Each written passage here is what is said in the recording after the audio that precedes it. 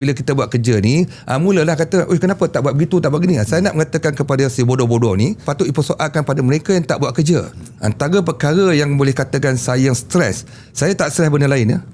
Saya stres ialah daripada dulu hingga sekarang, walaupun saya pegawai bawahan ke, pertengahan ke, middle level ke, kemudian saya jadi pengurus tertinggi, ialah apa lagi selepas pada ni. Because that is the brand of MACC. What's next?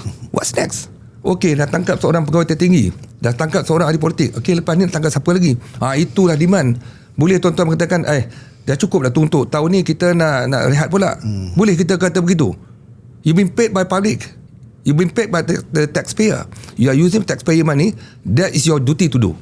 Itu adalah tanggungjawab amanah kita kena kita laksanakan. Jangan kita diperhatikan. Tapi rakyat kata apa? Ini tanggungjawab sebenarnya. Saya contoh.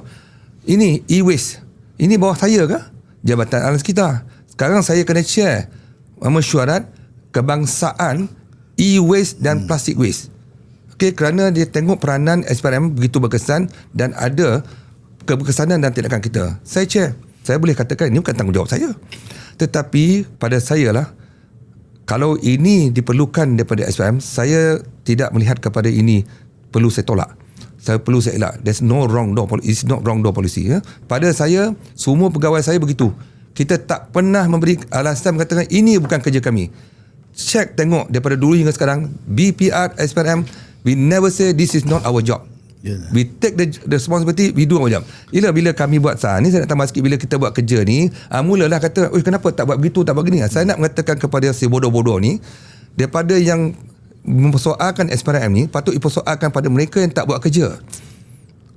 Bila kita buat kerja, dah tentu akan nampaklah kecampingan sana sini kerana tindakan kita ambil. Tetapi yang tak buat kerja ni akibat rasuah, itu patut dipertikaikan. Ini saya nak ingatkan masyarakat. Menyalahkan orang membuat tindakan tidak wajar. Sepatut salah mereka yang tak ambil tindakan. Pihak-pihak berkuasa yang melindungi penjenayah-penjenayah ini patut tuan-tuan semua mempersalahkan mereka. Ini bila kita ambil tindakan, tanya soalan pelik-pelik. Kontena ni mana pergi? Kenapa tak cuduh di mahkamah? Kenapa pergi saman saja dan sebagainya? Inilah masalah masyarakat. Saya nak kena berbetulkan. Suka tak suka, saya nak beritahu pada masyarakat yang tak ada fakta yang jelas, yang hanya sembrono saja mungkin akibat dengki pada SPRM. Saya nak ingat mereka, itu satu dosa. Ya? Cara mana saya menguruskan stres saja ialah saya tidak memikirkan tentang perkara yang peti-peti.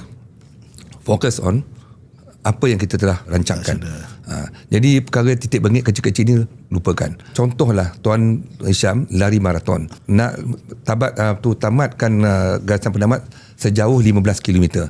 Dalam tempoh lari-lari tu tiba-tiba sibuk-sibuk garu tangan lagu ini pergi tukar baju tepi jalan. You're wasting your time for petty things ya. Begitulah. Kita di sini saya dah ingat banyak kali kepada pegawai saya, tak payahlah kita fikirkan benda yang titik bengit. Fokus. Kalau fokus kita tentang ketirisan, fokus pada ketirisan dan kes besar-besar. Yang kes tepi-tepi jalan ni biarlah jabatan tu ambil. Sebab tu tengok tak banyak berita pun pegawai-pegawai saya ambil tindakan tangkap RM10, RM20 tepi jalan. Buang masa. Sebab kita kena fokuskan kepada yang hilang beratus-ratus juta ni. Penipuan banyak berlaku. Antara approach yang saya telah promosikan ialah mengembalikan aset yang dicuri. Ayat mudah saya gunakan, kalau dah dicuri daripada rakyat, kita curi baliklah dengan cara undang-undang kita, dengan cara paksaan kita, dapatkan duit tu balik. Sepatutnya terima kasihlah kepada SPRM. Jangan terima kasih kepada saya. Terima kasih pada pegawai-pegawai saya. Ada juga segelintir kelompok yang cuba menggugat SPRM itu dengan melakukan demo, membuat kritikan, membuat pelbagai tomahan, buat aduan polis dan sebagainya. Jadi itu apa yang Tan Sri dapat lihat? Semua tu ada masalah. Semua orang tu orang bermasalah. Pelbagai masalah lah.